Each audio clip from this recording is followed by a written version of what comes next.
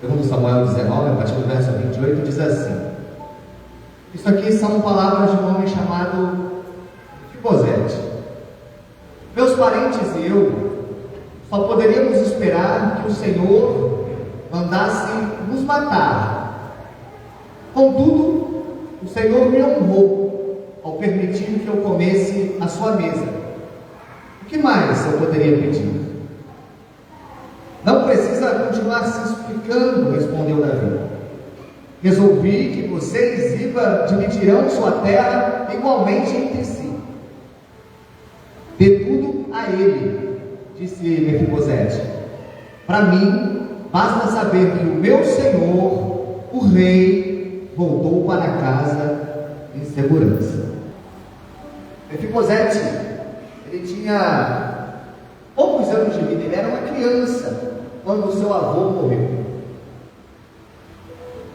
Uma serva, sabendo disso, que a vida daquela criança estava em perigo, porque a família real estava perdendo as suas cabeças, ela tenta fugir com a criança, ela cai, ele quebra as suas pernas, ele vira um deficiente físico, ele se esconde em Lodebar, uma terra distante, e durante muitos anos ele fica lá, esquecido, sem poder andar.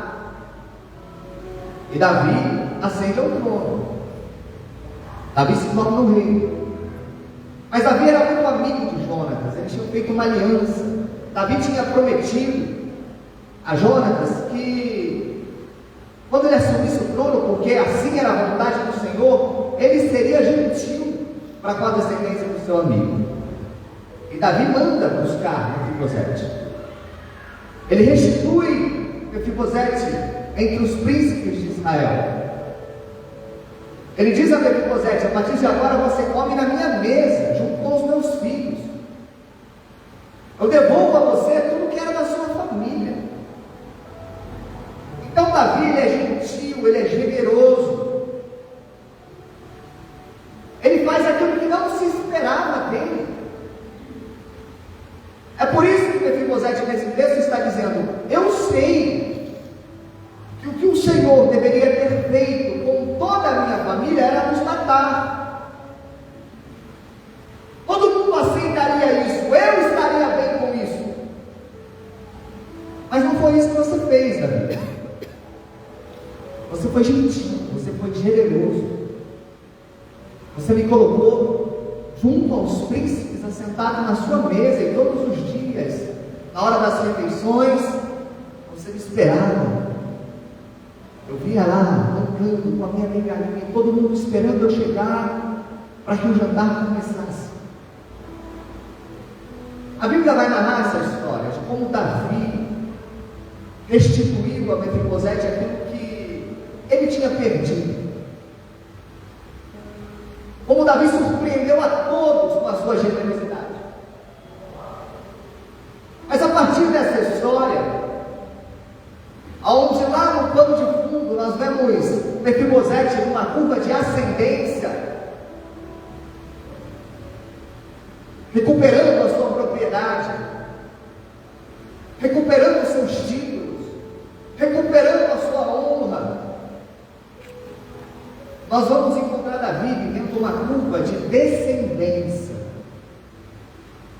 A vida de Davi vai entrar num ciclo de erros após erros, que vão culminar numa derrota, que vai manchar de negro, de vermelho, a biografia desse grande rei. Logo após a história de Mefibosete, nós vamos, por exemplo, encontrar a história de Davi e Betseba. Como que o rei que deveria estar na guerra está ocioso no seu palácio, encontra uma mulher tomando banho, se encanta por ela, toma ela para si, engravida uma mulher que não era sua e é responsável pelo assassinato do marido dela. Nós vamos encontrar Davi sendo julgado severamente pelas palavras do profeta Natan. E nós vamos encontrar Davi colhendo frutos amargos desse erro. A família de Davi vai viver tragédias por causa desse erro. Seu filho com Betseba morre. Na sua mesa de jantar, um filho chamado Amon se apaixona pela própria irmã chamada Tamar e violenta essa moça. Um outro irmão chamado Absalão, ao ver que o pai não faz nada para resolver aquela situação, não toma uma medida contra Amon, não socorre Tamar, tomado por raiva e fúria, ele mesmo faz justiça com a própria mão e mata o seu irmão Amon. Mefibosete está lá, irmão. Ele foi agraciado, ele está na bênção. E quem o abençoou está vivendo um ciclo de tragédias e desgraças. Na mesma família a qual Mefibosete foi integrado, na mesma mesa aonde Mefibosete se sentou como um príncipe, nós estamos vendo uma história de estupros e assassinatos entre irmãos. E o grande rei Davi, como pai, falha miseravelmente. Absalão foge. 3 anos depois ele volta. Davi trata de uma forma displicente. Absalão fica tomado de fúria contra o pai. E Absalão lidera uma revolta popular para tomar o trono de Davi. E esse Davi, que derrotava gigante, que derrotava filisteu, a única derrota militar que ele tem na sua vida, tem como cabeça inimiga o seu próprio filho Absalão. Davi tem que fugir. Quando Davi está fugindo, desesperado, com medo do próprio filho, e o seu filho está lá no palácio tomando o lugar do pai, alguns aliados de Davi vão fazer companhia ao rei. E Mefibosete chama um servo seu chamado Ziba, um homem que na ausência de Mefibosete herdou tudo que era de Saul. E quando Mefibosete voltou, ele perdeu as suas mordomias e se tornou servo. Pede para que ele prepare uma mula, uns jumentos, com alimentos, com frutas, com cereais, com vinho, e vá ao encontro do rei para socorrer o rei. Só que quando Davi chega e encontra Ziba, diz: o que são essas mulas, o que são esses alimentos? E Ziba diz: é uma oferta minha. Eu, rei, estou sendo generoso com você, eu sou leal a você. Mas e Mefibosete? Cadê Mefibosete? Cadê aquele homem para qual eu fui generoso com ele? Cadê aquele homem para qual eu fui gentil com ele? Nessa hora eu espero que ele seja meu aliado. Cadê ele? Visivamente, ele não vem. Ele vai ficar em Jerusalém, porque ele me disse que agora que o Senhor foi deposto, ele espera que a população de Jerusalém o coloque no lugar de rei, por ele ser um descendente de Saul. É uma mentira. Só que Davi está tão desorientado, Davi está tão perturbado, Davi está psicologicamente abalado, que quando ele ouve essa mentira deslavada, que nem faz sentido, ele acredita. Essa semente vai cair no coração de Davi, e essas raízes vão se aprofundar, como se fossem raízes de jambolão. E Davi vai nutrir um sentimento de aversão, de mágoa, por Mefibosete, o homem que ele manifestou a sua graça. Uma das coisas que eu quero dizer para você nessa noite, eu gostaria que você fizesse uma introspecção e olhasse para dentro do seu coração e verificasse se dentro do seu coração, mesmo que seja abaixo da superfície, existem raízes de amargura contra alguém. Se você puder lembrar, quem semente. De que forma essa semente foi plantada? Porque muitos dos sentimentos nocivos e perniciosos que nós carregamos, eles nascem de mentiras. Os nossos olhos são enganosos, o nosso coração é enganoso, o nosso ouvido é enganoso. E muitas vezes nós ouvimos coisas, fazemos interpretações e permitimos que setas do inimigo caiam no nosso coração e carregamos mágoas pelo resto da vida sem sequer essas sementes terem origem na verdade.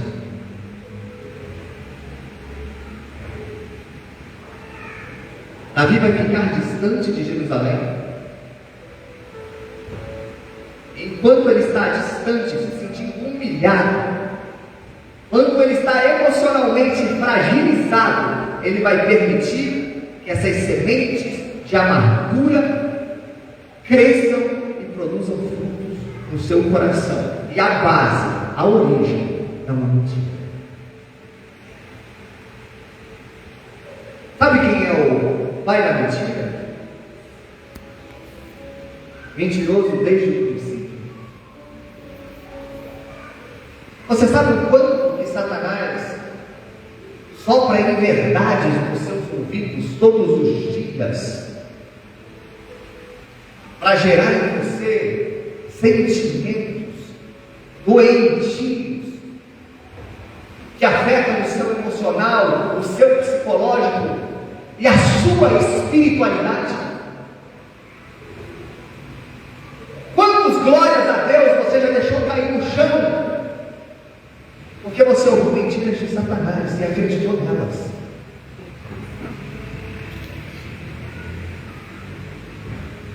Quantas bênçãos você deixou de vivenciar porque você deixou que palavras de maldição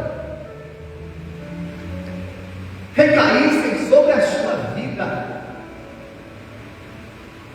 Irmão, e deixa eu dizer uma coisa para você, em nome de Jesus, entenda isso. Tu é povo de Deus? Você tem confiança, certeza que tu faz parte do povo de Deus? Quando Balaão foi contratado para amaldiçoar o povo de Deus, ele levantou as suas mãos na direção de Israel para proferir palavras de maldição contra Israel, para enfraquecer espiritualmente aquele povo. E quando ele abriu a sua boca, a única coisa que ele conseguiu dizer foi: não é possível amaldiçoar o povo que Deus já abençoou. Irmão, se tu é povo de Deus, tu está debaixo da bênção do Senhor. Então toda palavra de maldição lançada contra a tua vida automaticamente é uma mentira, a menos que você abra o seu coração para ela e permita que ela se torne uma verdade em você. Caso contrário, se você se posicionar como povo de Deus, toda palavra enganosa, toda palavra mentirosa, toda palavra maledicente que for destinada na tua direção, você estende a sua mão e diz: eu repreendo em nome de Jesus, e toda mentira cai por terra. Conhecereis a verdade nos libertará. Nós somos libertos pela verdade. A nossa vida é calcada na verdade, porque não vivo mais eu, Cristo vive em mim, e Cristo Jesus é o caminho, é a verdade e é a vida. Não permita que palavras malditas e amaldiçoadas tenham influência sobre você. Tenha consciência que você é povo de Deus e você já está debaixo da bênção e da proteção do Senhor. Não acredite. Não acredite nessas vozes fraudulentas. Porque se a gente deixar a semente cair no coração, e Davi tem um coração adorador, Davi tem um coração voltado para Deus, Davi tem um coração que se quebranta diante do altar, mas mesmo assim, se você permitir que a semente caia, essa desgraça dessa árvore cresce e dá fruto. A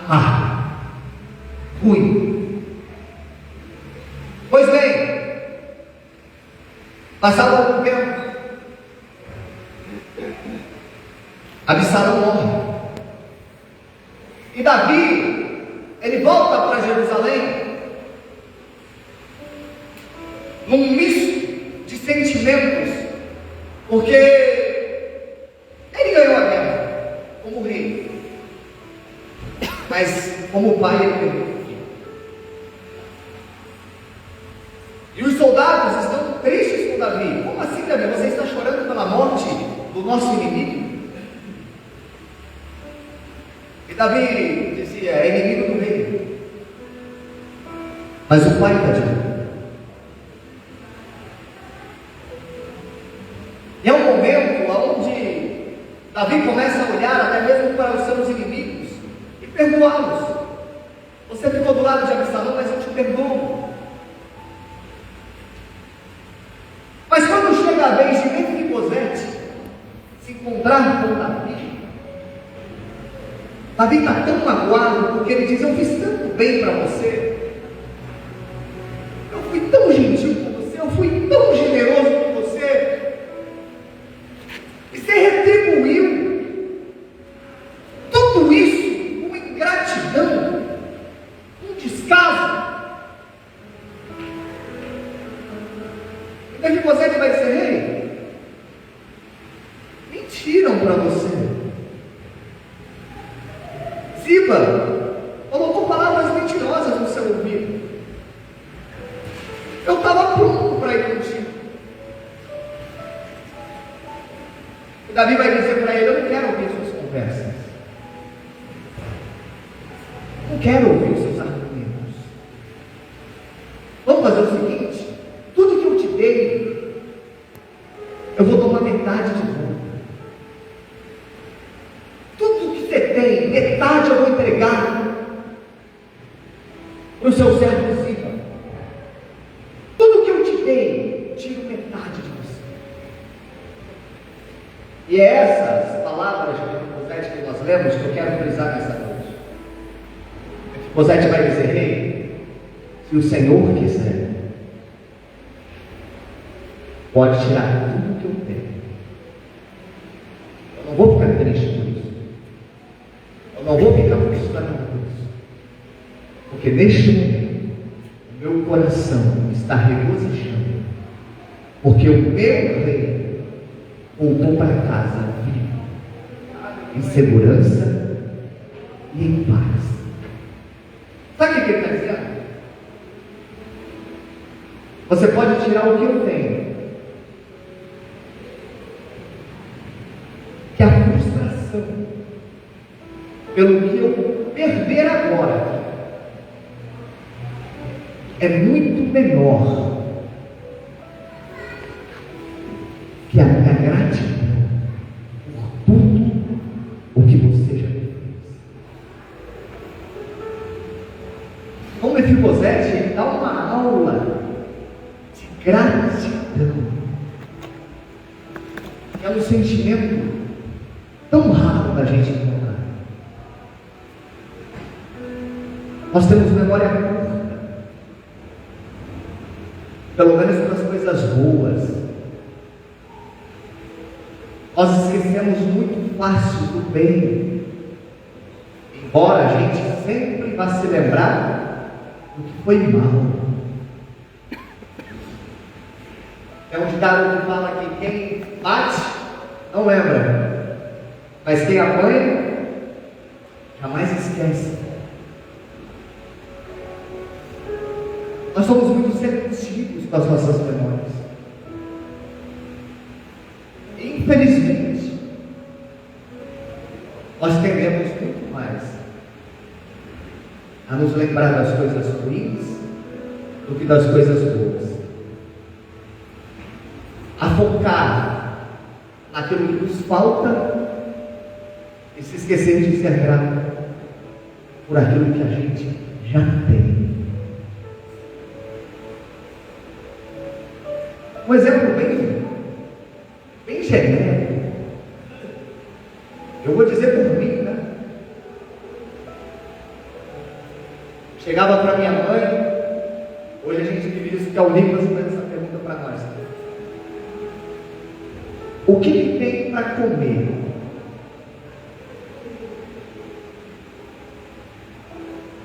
Tem isso, isso e isso. Qual é a nossa tendência? Mas não é isso que eu quero. Mas não é isso que eu queria.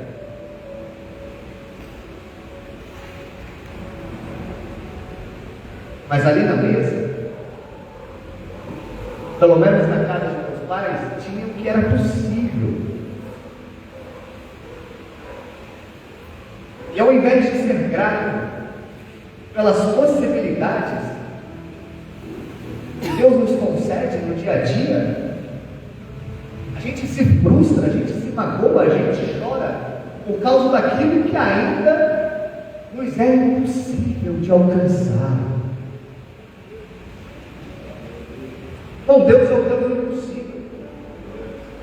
Nós sabemos disso.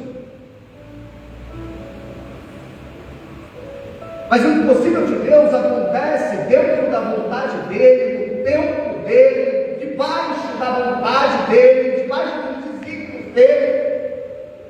Enquanto Deus não executa em nós o seu impossível, nós temos que ser gratos pelas possibilidades que Deus nos dá. Eu quero um banquete, hoje não é possível. O que é possível? O arroz e o feijão básico. Glória a Deus por essa possibilidade.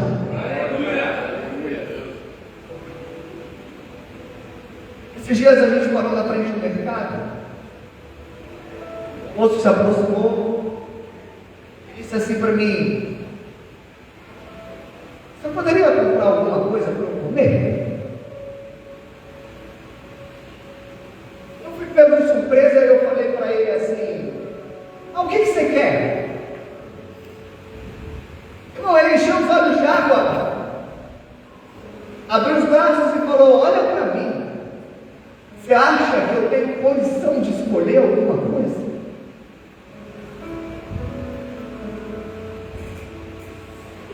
E eu que posso entrar no mercado, talvez não com um carrinho, uma cestinha,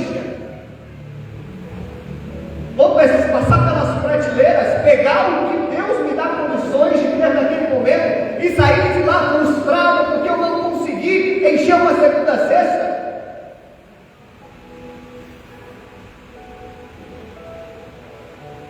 Viver amargurado pelo que não tem, se esquecendo de ser grato pelas coisas que Deus me deu.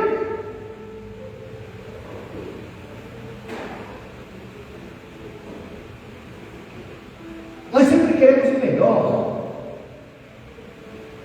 Não pode dizer que você está errado em querer melhorar, não.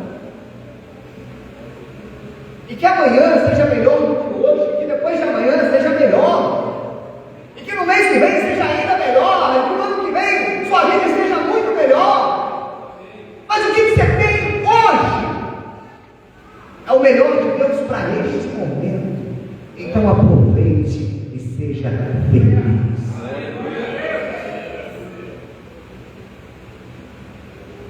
Às vezes, a gente fica ouvindo conversas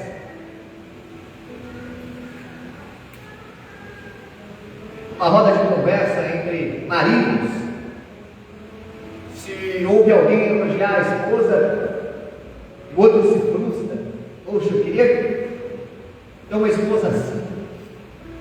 E a recíproca também é verdadeira. O meu marido não faz isso. E aí a gente fica frustrado pelas qualidades do cônjuge do outro. E esquece de olhar dentro de casa e dizer: poxa, glória a Deus pela minha esposa, glória a Deus pelo meu marido, olha as qualidades que ele tem. Pode não ser o melhor do mundo, mas é o melhor que eu tenho. Eu vou ser grato a Deus pelo que eu tenho, pelo meu melhor.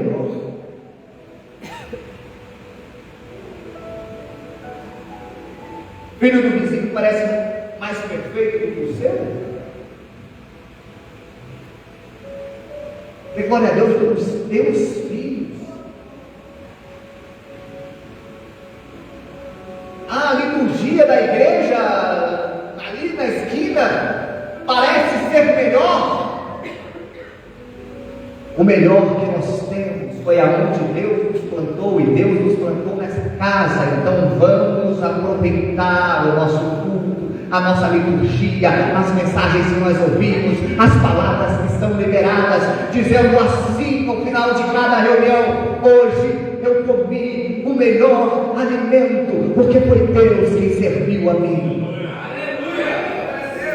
Ser grato pelo que nós temos. O irmão, a gratidão, ela deixa a gente menos amar. Vocês gostam de ficar perto de pessoa amarga? Gente que só reclama. Gente que tudo está ruim para ele. Gente que se puxa para baixo.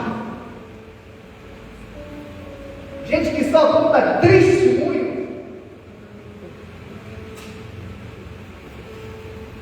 Quem é grato, ele deixa de pertencer a essa prateleira. Hoje a cabeça está doendo, mas graças a Deus as costas estão boas. Ô irmão, eu estou com 40 anos, eu já estou agradecendo a Deus pelas coisas que não doem. Porque se eu vou me incomodar com as coisas que doem, eu vou viver de amargura.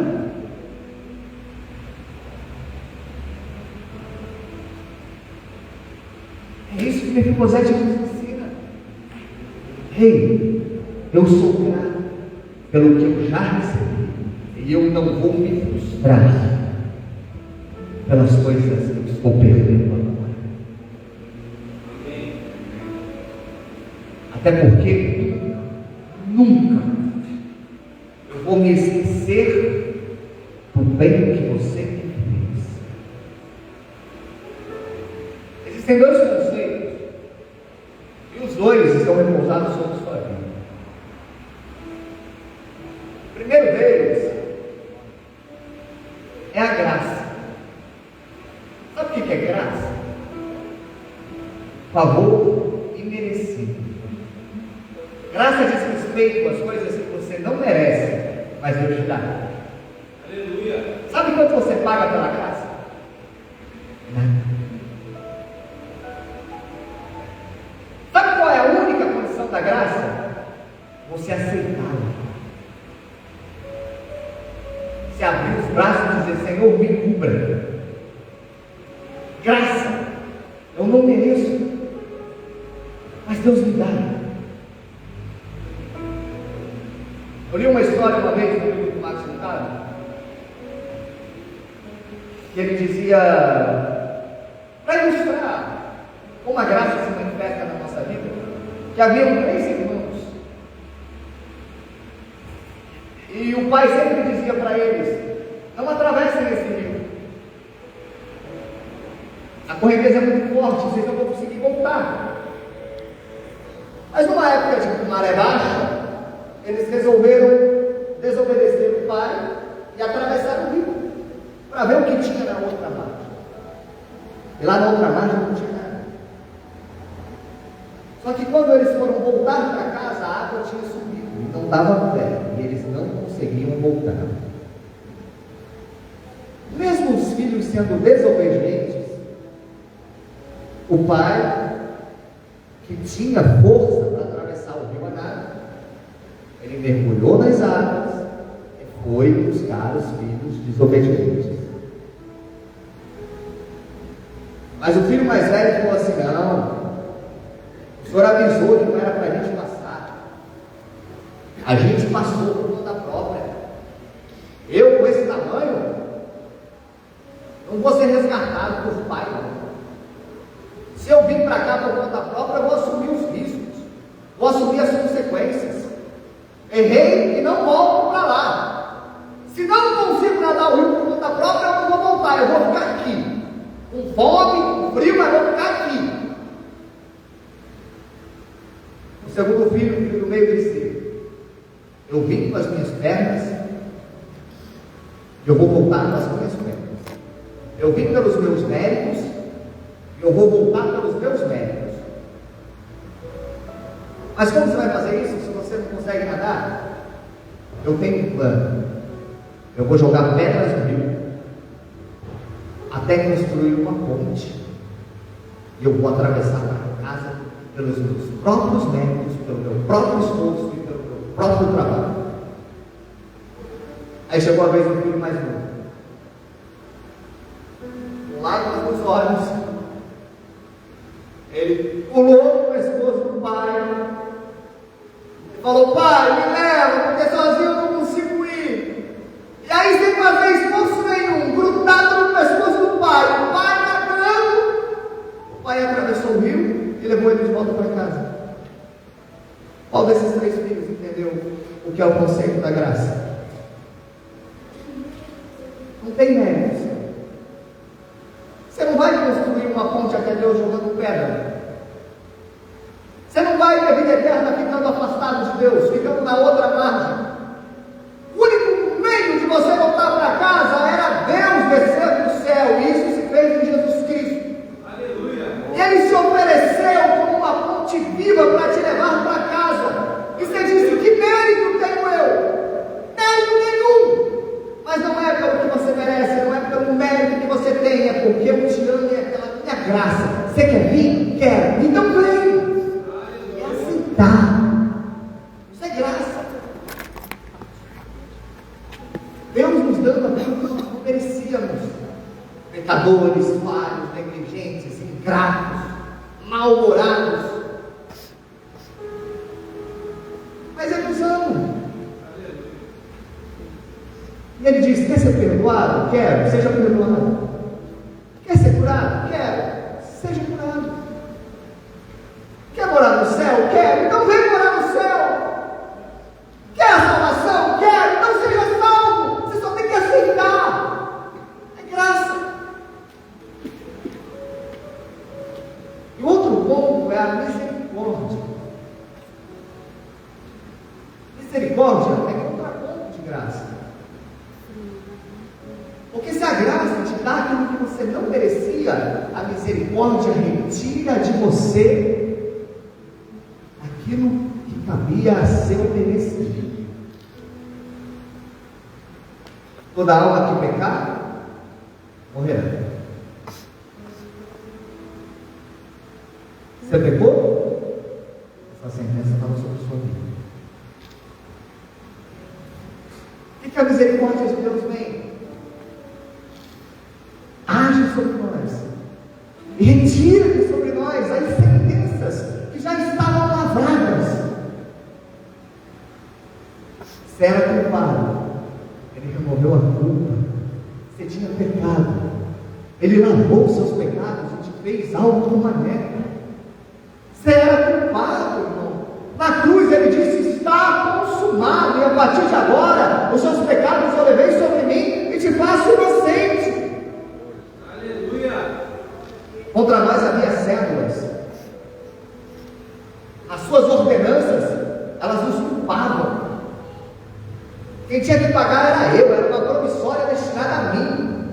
Paulo disse que na cruz, Jesus tirou essa cédula da mão do credor, fixou na cruz, olhou para Deus e disse: Telestai, está consumado, está pago, não deve mais nada.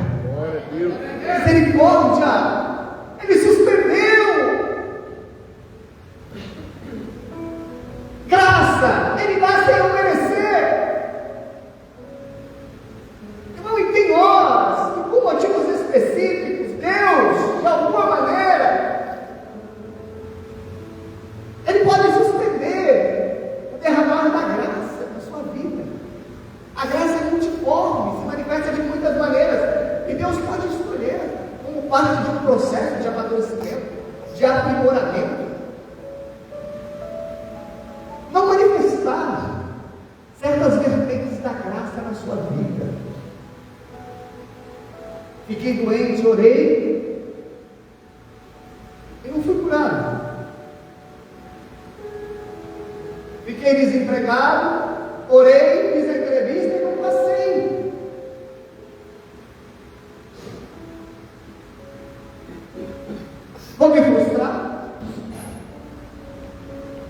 dizer: Deus me abandonou, Deus me esqueceu, não quero mais servir ao Senhor, porque a sua graça não se manifestou neste ponto específico. Toda vez que você se sentir tentado a ser tomado por um sentimento de frustração, por uma graça não manifestada, lembre-se que a misericórdia do Senhor é manifesta na sua vida todas as manhãs. Todas as manhãs você acorda e diz: eu sou um pecador, mas o sangue de Jesus me lava de todo o pecado.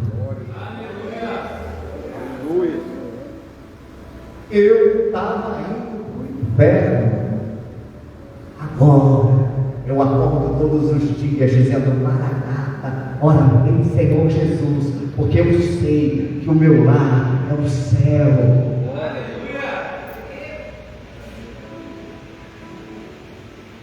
Não tenho tudo que eu quero,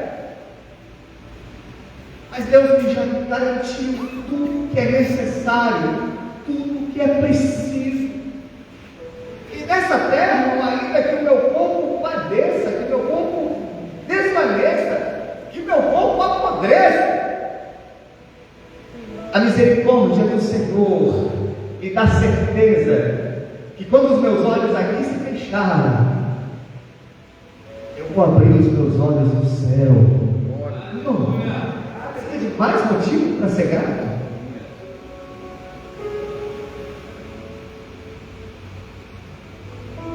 Que Ele fez, e foi por nós.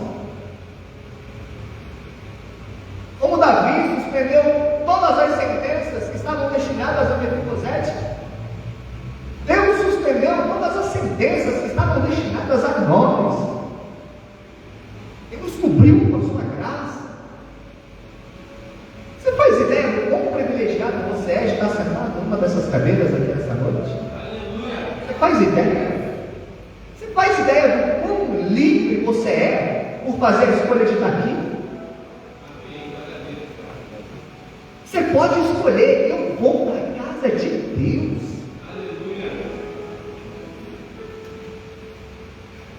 Você faz ideia do potencial que é colocado nas suas mãos por você estar aqui no ambiente profético? Que além de ser abençoado, você também está recebendo nessa noite capacitação para ser abençoador. Você vai levar para casa a bênção de Deus. E eu vou me amargurar porque algumas coisas não saíram do jeito que eu queria.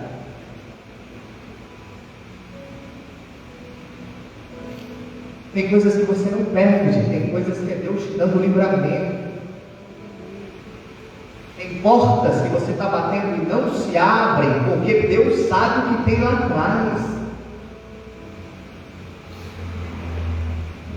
Tem muito embrulho que parece bonito, com um laço colorido para você abrir, mas Deus impede que esses presentes cheguem até você, e você fica frustrado porque você está vendo ele à distância, mas ele nunca chega, porque Deus sabe o que tem lá dentro.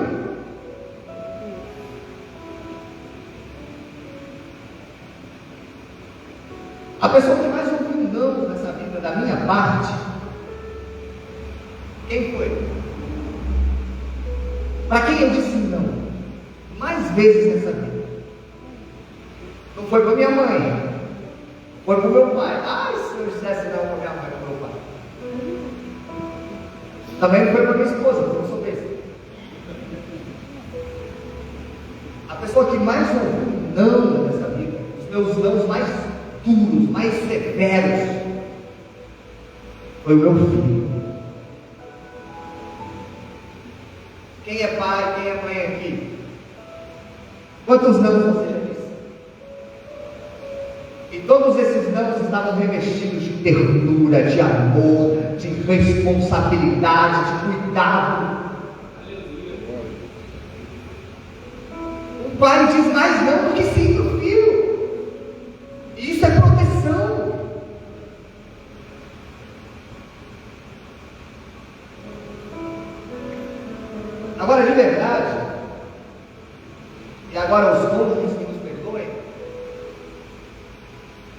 Quem é a pessoa que você mais ama nesse mundo? Não são os seus filhos? Sabe qual foi a oração mais sincera que eu já fiz nessa vida? De verdade mesmo. Foi meu filho, pequenininho, chorando de dor. Eu não sabia o que fazer. Colocar a mão na barriguinha dele e orar dizendo: Deus, passa a dor dele para mim. E foi uma oração sincera. Eu queria mesmo que a dor dele fosse transferida para mim. O amor destinado a um filho é esse. Quando eu digo por um filho, eu dou meu braço, eu dou uma perna, é verdade. Mas é esse mesmo filho que vai ouvir: não vai, não faz, não pode, não quero, não deixe. E se eu, que sou pai humano, falido, tenho esses conceitos de cuidado, generosidade, amparo, proteção para um filho, imagina o teu pai que está no céu e é perfeito. Aleluia! Para de se frustrar pelos dãos que Deus está te dando. E seja grato pelo amor que é manifesto em cada mão que você recebe. É Deus dizendo: não é a hora, não é o jeito,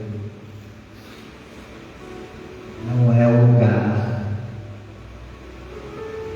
Eu vi uma frase uma vez, eu guardei muito. E toda a frustração de hoje é uma forma de Deus te dizer: eu tenho algo muito melhor preparado para ti amanhã.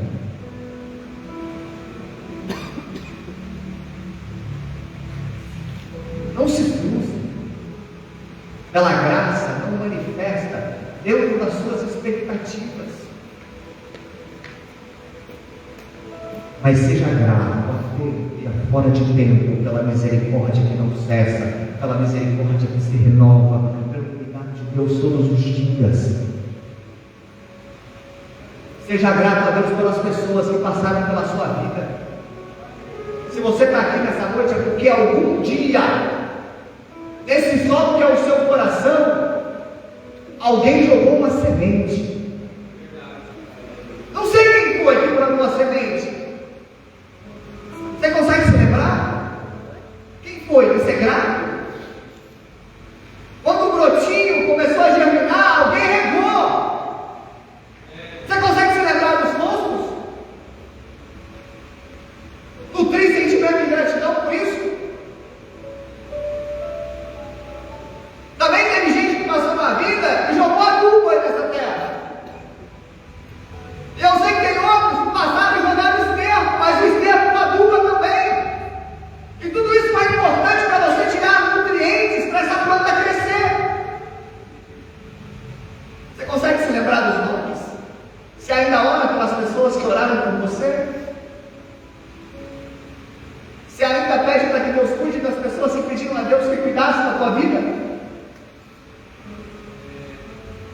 Você chega na sua casa e ora pelos pregadores, pelos pastores, pelos ministros, aos quais Deus usou para tocar o seu coração?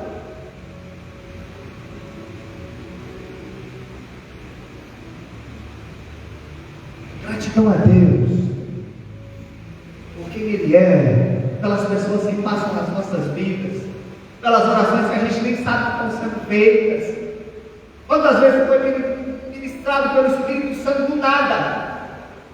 Você sentiu o Espírito Santo tocando você do nada, você não estava esperando. Você nem entende: ué, de onde veio isso? Com certeza tinha alguém em algum lugar com o joelho dobrado, pedindo a Deus pela tua vida. Visita, Senhor, visita. O Senhor veio e te visitou. Aleluia! Mas eu vou me frustrar porque eu sei que fala mal de mim, porque não gosta de mim, porque não me cumprimentou. Não, eu vou ser grato a Deus, porque tem gente cuidando de mim, porque tem gente orando por mim, porque tem gente intercedendo por mim. Aleluia! Gratidão. Eu quero terminar essa mensagem lendo um texto de Paulo, Colossenses, capítulo 1, a partir do versículo 10.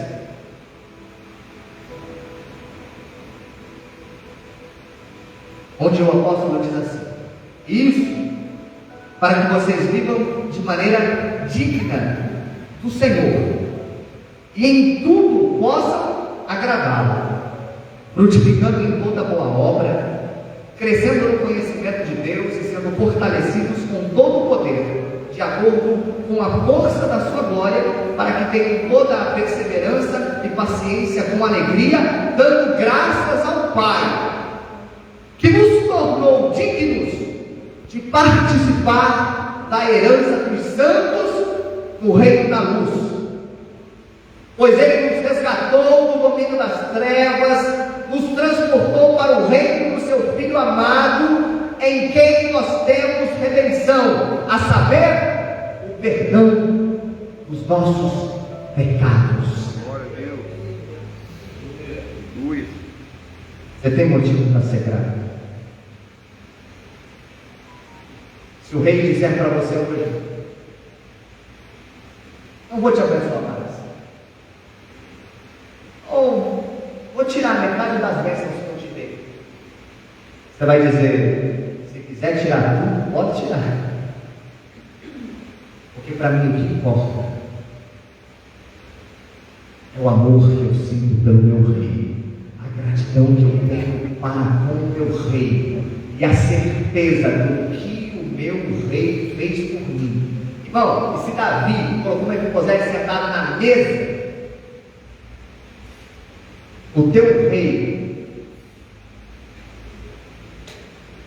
disse assim: estou indo, prepara um lugar. Glória. E quando tiver tudo pronto, eu vou voltar e vou levar vocês, para que onde quer que eu esteja, vocês estejam também. Teu rei te preparou um lugar no céu. Glória. Pode colocar de pé?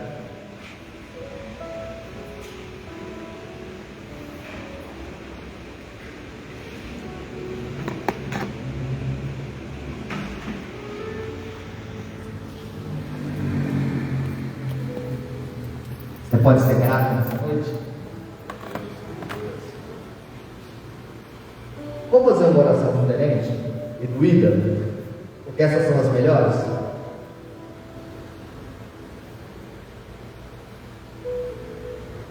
Vamos agradecer a Deus por um dom que a gente recebeu. Você consegue lembrar de um não que doeu? E que o tempo fez com que você olhasse para trás e dissesse: Senhor, a melhor coisa que me aconteceu foi aquele não. Você consegue pensar na sua história? Algo que você queria muito e não deu certo? E por não ter dado certo, lá na frente, algo muito melhor aconteceu? Você consegue se lembrar de um relacionamento que terminou, doeu, você chorou, mas hoje se fala: graças a Deus, que bom que não deu certo? Consegue? Tem não que Deus está te dando. Você vai ver o resultado daqui 20 anos. Você vai dizer: Senhor, obrigado por aquele não.